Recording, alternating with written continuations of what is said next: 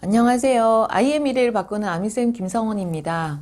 오늘 그림책으로 만나는 글쓰기 수업에서 소개할 책은 박현주 작가님의 비밀이야입니다.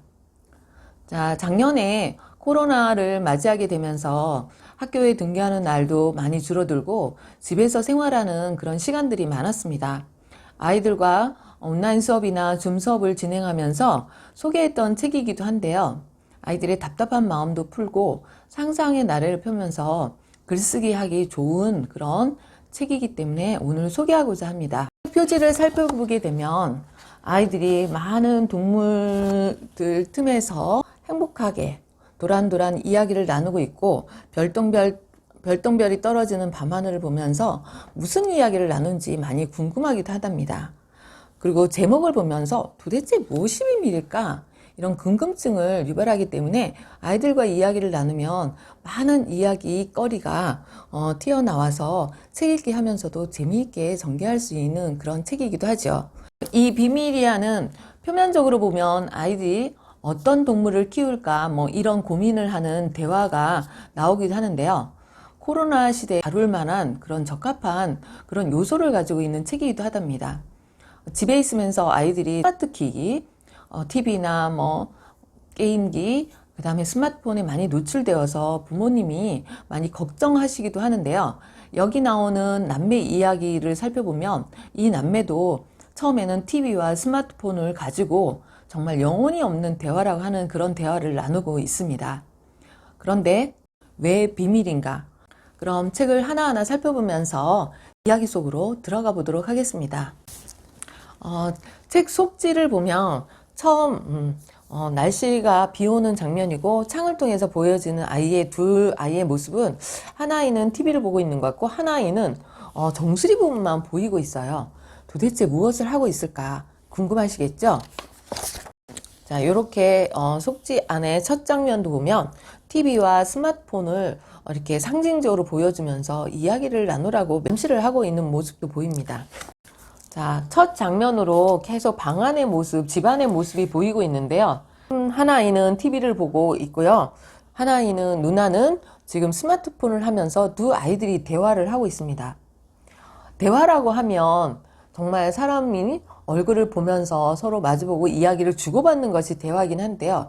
이 장면 속에 나오는 아이들은 자기 할 일을 하고 TV를 보고 스마트폰을 하면서 이런저런 이야기를 건네면서 주고받으면서 이야기를 하고 있는 모습이 되는데요.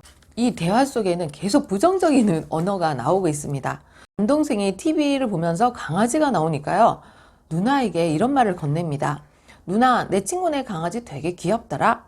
말도 알아듣고 우리도 강아지 키우면 좋겠다. 이야기해요. 그걸 옆에서 듣고 있던 누나가 안 돼. 아주 짧고 단호하게 얘기하죠. 그러면 동생도 대화가 또 왜? 하면서 한 단어를 이야기하고 있어요. 엄마가 안 된댔어. 똥 싸고 털 빠지고 짖는다고. 그리고 그 다음에 또 동물의 왕국인 이런 프로였던지 TV를 보고 있는 동생이 늑대는 어때? 그러면 이번에도 여전히 안 돼. 왜? 이렇게 정말 이렇게 단호하고 도전적이고 돌발적인 그런 언어 사용을 하고 있어요. 그래서 이제 늑대는 어때? 이렇게 얘기하면 아이들한테 책을 읽어주면서 질문할 수 있죠. 안 돼 그랬는데 그럼 안 된다고 하는 이유는 뭘까? 우리가 한번 살펴볼 수 있겠죠? 늑대는 밤마다 울잖아. 시끄럽고 무서워. 하는데 그 장면 속에 제가 오늘 다 보여주지는 못하지만 장면 속에 보면 그 동네의 모습이 펼쳐지고 늑대가 창문을 통해서 왁 소리 지르는 그런 모습이 나옵니다. 그래서 또 TV에서 보면서 하마가 나오니까 이 동생이 그럼 하마는 안 돼. 또 단호하게. 그럼 동생도 왜? 그 다음에 캥거루는 어때? 하면 또 안 돼. 하고 그러면 다시 동생은 왜? 합니다. 캥거루도 우리가 동물의 습성을 살펴보게 되면 이야기할 수 있겠죠? 너무 뛰어다녀요. 뒷발이 발달한 캥거루가 콩콩콩콩 뛰어다니는 모습을 보면 요즘 층간소음 때문에 많이 힘들어하는 그런 사회 문제가 대두되고 있는데요. 아랫집 할머니가 너무 시끄럽다고 난리가 날 거야 하면서 왜 캥거루를 키우면 안 되는지 이야기하고 있고요. 자, 그럼 누나 기린은 어때? 하면서 이야기를 해요. 기린도 사실은 우리가 천장의 높이가 보통 뭐 230, 250 보통 가정이 그렇죠. 그런데 기린은 4m, 5m 넘어가는데 이 기린이 와서 이렇게 낮은 천장이 있는 그런 주택이나 아파트에서 사는 모습이 펼쳐지겠죠. 한번 상상해 보세요. 기린이 천장이 낮은 집에 산다면. 자, 이런 모습을 하고 있어요. 기린의 어떤 상징적인 모습은 사라지고요. 기다란 목이 낮은 천장 속에서 힘겨워하는 그런 모습을 보고 있고요. 그 속에서 아이들이 찡그리는 모습 보여주고 있어요. 계속해서 동생이 누나에게 귀찮게 말을 걸고 있죠. 이 상황에 TV 속에서 공룡이 나왔는지요. 동생이 그럼 누나 공룡은 어때? 하면서 질문을 하니까 누나가 머리 끝까지 화가 치밀어 올랐는지 이 바보야 공룡은 멸종됐잖아 하면서 거침없는 행동을 합니다.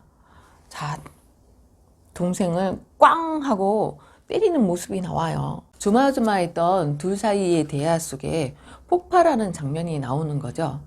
자, 사람들이 정말 신체 활동을 많이 하거나 드넓은 환경에서 뛰어놀고 하면 스트레스가 많이 줄어들게 되는데 좁은 공간에서 날씨는 비가 와서 바깥 출입도 할 수 없으면서 TV하고 스마트폰을 가지고 계속 대화를 주고받으면서 넘쳐나는 이 짜증을 누나가 드디어 폭발하게 되는 것입니다. 자, 누나가 꽝 하고 세게 때리는 순간, 순간적으로 세게 때리는 순간 동생은 울음을 터뜨릴 수밖에 없죠. 으앙! 울어댑니다. 그런데 왜 때려 하면서 누나에게 도전까지 하는데요. 누나의 표정을 보면 자기도 모르는 사이에 이렇게 손이 날아가서 동생을 세게 때린 누나도 자기 자신을 이해할 수 없다는 표정을 짓고 있습니다. 누나도 많이 당황했죠. 우리도 어떤 일이 생겨서 화가 났을 때 그 화를 참지 못하면 내가 의도하지 않은 행동들이 나가고 있는데요. 누나의 행동에서 그런 것을 살펴볼 수 있습니다. 누나는 지금 어쩔 줄 모르고 시무룩해 하면서 어떻게 해서라도 동생 달래야겠다는 생각으로 지금 많은 고민을 하고 있습니다. 그래서 미안해 미안해 알았다 알았어 미안해 미안해 하면서 어떻게 하자 하면서 동생을 달래요. 그랬더니 동생은 이 누나의 말에 쏠깃해서 어떻게? 우리 거북이 한번 키워보자 하면서 누나가 제안을 하는데요. 동생은 안 돼 안 돼 하던 누나가 거북이란 소리를 듣고 눈이 번쩍합니다. 거북이를 키운다면 어떤 세상이 펼쳐질까 막 상상의 나래를 펴고 있어요. 거북이는 조용하니까 아래층 할머니도 좋아할 거야 하고 거북이가 생긴다면 우리는 바닷가에 놀러 가서 거북이랑 신나게 놀자 하는 상상을 하게 되죠. 그랬더니 동생은 이때다 싶어서 누나 우리 코끼리도 키워보자 얘기를 해요. 그랬더니 누나는 코끼리? 응, 코끼리랑 같이 목욕하면 재밌을 거야 하면서 코끼리가 물을 뿜는 그런 모습 속에서 막 물놀이 하면서 신나서 어쩔 줄 모르는 그런 장면이 펼쳐지기도 합니다. 그럼 한술 더 떠서 누나는 그럼 치타도 키워볼까 하면서 제안을 해요. 우리 치타 타고 학교에 가면 절대 지각 안 하겠다. 치타를 타고 드넓은 들판을 지금 달리고 있는데요. 좁고 답답한 집안에서의 생활 모습을 완전히 탈피해서 정말 신나게 달릴 수 있고 마음껏 아이들의 세상을 펼칠 수 있는 그런 장면이 나오고 있어요. 그리고 이 대화에서 학교 가면 절대 지각 안 하겠다고 하는 거면 누나는 아마도 지금 학생이고요. 뭐 방학일 수도 있고 그다음에 뭐 코로나 상황처럼 이렇게 바깥 출입이 어렵고 학교 등교가 어려워지는 그런 상황이라고 볼 수 있는데요. 지각 안 하겠다. 아마도 일찍 엄마가 일 나갔을 때 이 아이는 혼자 챙겨서 학교 가려고 하다 보니까 지각도 하는 경험이 있었다는 걸 우리가 읽어볼 수 있겠죠. 또 있어. 양은 어떨까? 그래, 양이랑 같이 자면 포근하겠다.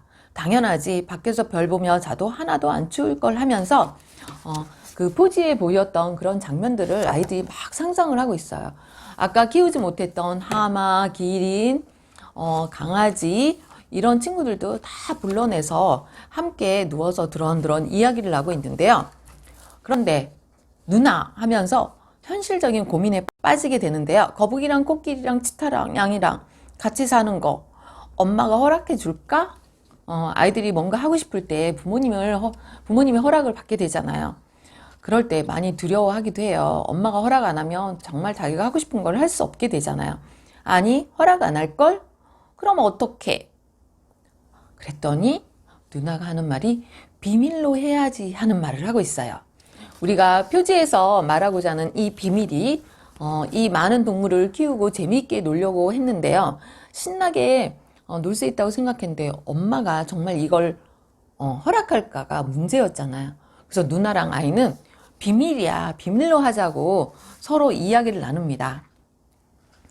엄마한테 비밀이면 엄마 몰래 어떻게 같이 살아? 그랬더니 누나는 사실은 대책이 없어요.